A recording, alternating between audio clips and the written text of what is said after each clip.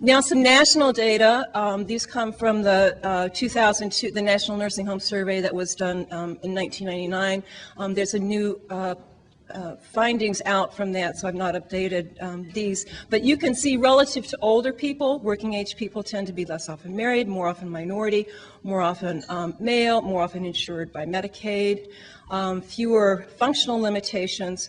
And again, drawing from the work of Mary James and Brant Fries, we know that the clinical profiles differ, and that among younger people, so people in, say, their 20s into early 30s, will more often experience conditions arising from mental retardation and developmental disabilities or acute trauma, and older adults are really experiencing chronic conditions such as diabetes and cardiac disorders. This is some quite recent work. This was conducted by one of my now graduates using data, minimum data set from the state of Maryland for 5 years. And she looked at people working age in the state of Maryland, so it covered all people in nursing homes in the state of Maryland, using MDS data to predict the likelihood for being discharged from a nursing home. And what we found interesting, or she was very interested in, is that there are two questions you're quite familiar with from the MDS data that relate to people's preferences for returning to the community and support to returning to the community. And these were by far the strongest predictors. The risk ratios on these were well on the order of over 2, and everything else was maybe a little above 1. These are related to each other, but they do pick up different, make separate contributions to the model. Not so surprisingly, those who were married relative to not white versus black or other people in our state, females and those with more education left. The factors going from the most to kind of the least important that tended to keep people in were some medical conditions, as well as having a prior nursing home residence and having a prior stay in a psychiatric facility. A few things to note. Again, the population that we see both in the studies that we did as well as the national surveys suggests that the population is relative to the national population more often of racial and ethnic minorities. This is a growing part of the United States population, and that will have can have impacts for this group. We know that there's declining insurance coverage. It's declined every year, but 3 since 1994. Good. Again, a number of people coming into our study really lacked insurance before they came in. And so this kind of increasing lack of coverage could have an impact on people who might be perceived as vulnerable.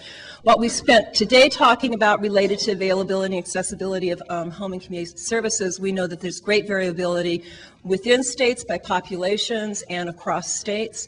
We've also heard about the availability of personal assistance providers, which again may vary across states.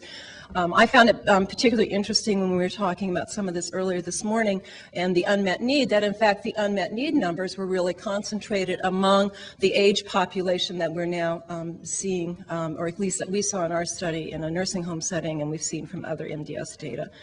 Housing is a critical issue. Bob had mentioned that, and I just want to note that also, that that's clearly an issue. And we also have at least among a working age population, there's evidence that there's an increasing prevalence of chronic conditions such as diabetes, and that for those people who have the chronic conditions, that in fact those chronic conditions are becoming more disabling today. That some work that's coming out of Stanford using the National Health Interview Survey.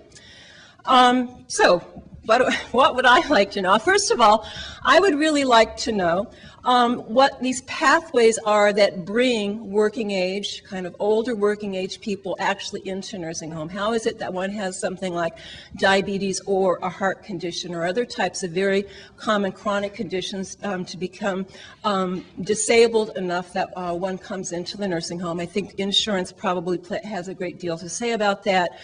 Because these are in large measure kind of medical conditions that need to be managed. I think that there's a lot of literature there around kind of patient-provider interactions as they relate to racial and ethnic minorities and low-income people who, again, are kind of predominant in this population. there are probably a number of other things that we could think about in that respect. I also, going back to the model of kind of predisposing and enabling and need factors, I think it would be really useful to know what's the relative contribution of those to someone being at risk on coming into a nursing home or coming back out.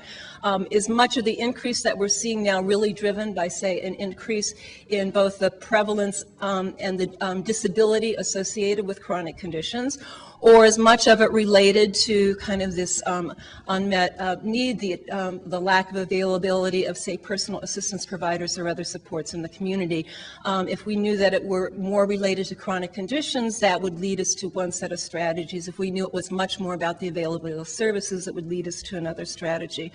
Interventions to reduce risk and vulnerability, they're actually, as part of the Ticket to Work and Work Incentives Improvement Act, is a demonstration that addresses this, which I hadn't been aware of. It's a demonstration that's called the Demonstration to Maintain Independence and Employment, and it has the goal of finding people with potentially disabling conditions, much like the people in our study, and providing different supports to them so that they can maintain independence, remain employed, and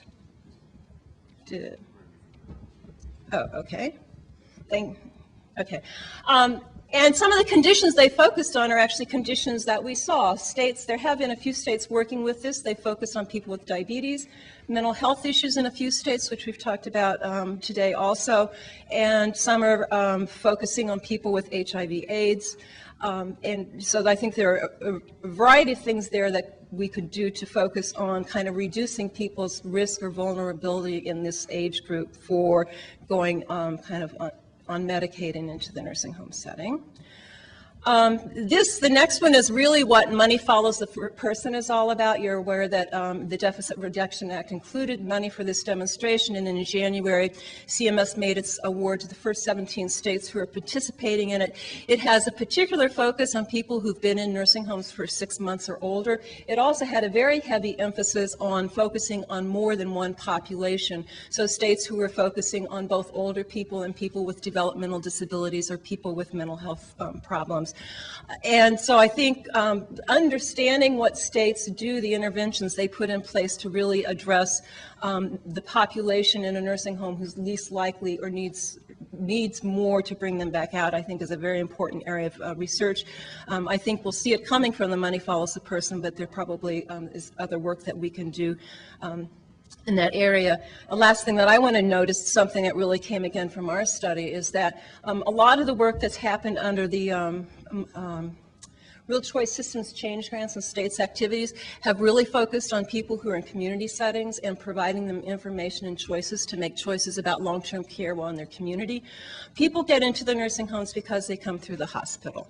And we have spent very little time, and states themselves, except on a few occasions, have really not spent enough time thinking about the critical decision-making that goes on in the hospital setting and how that influences where people end up. If you're sent to a nursing home, it's much more difficult to get out of a nursing home if you're in a nursing home than to have made a decision in a setting not to go to the nursing home, but to explore other alternatives, and I think we really need to focus on that. And these are just initiatives that we've mentioned already.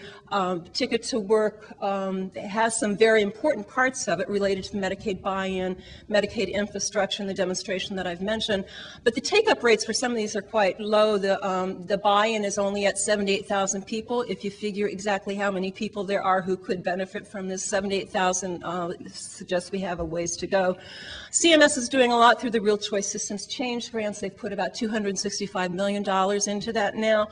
And all states now have received some supports through there that, again, is to assist states in building infrastructure to support people in the community and other activities related to bringing people out of institutions. And we've already mentioned the Money Follows the Person demonstration, which I think will provide some very important information for people who are presently in nursing homes and the kinds of supports and things that seem to be effective in bringing them back out. So, thank you.